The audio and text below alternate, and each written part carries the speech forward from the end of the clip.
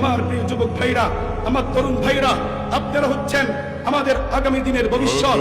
যে সমাজের যুব সমাজ যত উন্নত, ওই সমাজ তত উন্নত। যে সমাজের যুব সমাজ যত চরিত্রবান, ওই সমাজ তত চরিত্রবান।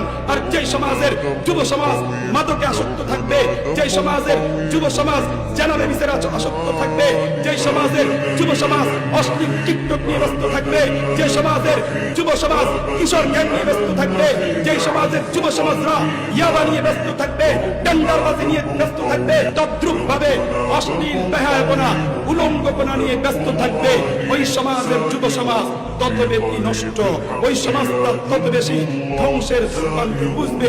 আওয়াজ দিয়ে বলে ঠিক ঠিক না? মুহতারাম হাজরিন, প্রিয় যুবক ভাইদেরকে আমি একটা কথা বলতে চাই। আমার প্রিয় যুবক ভাইরা, আজকে অনেক যুবক আছে অনলাইন জুয়ার মধ্যে তারা আসক্ত হয়ে গেছে।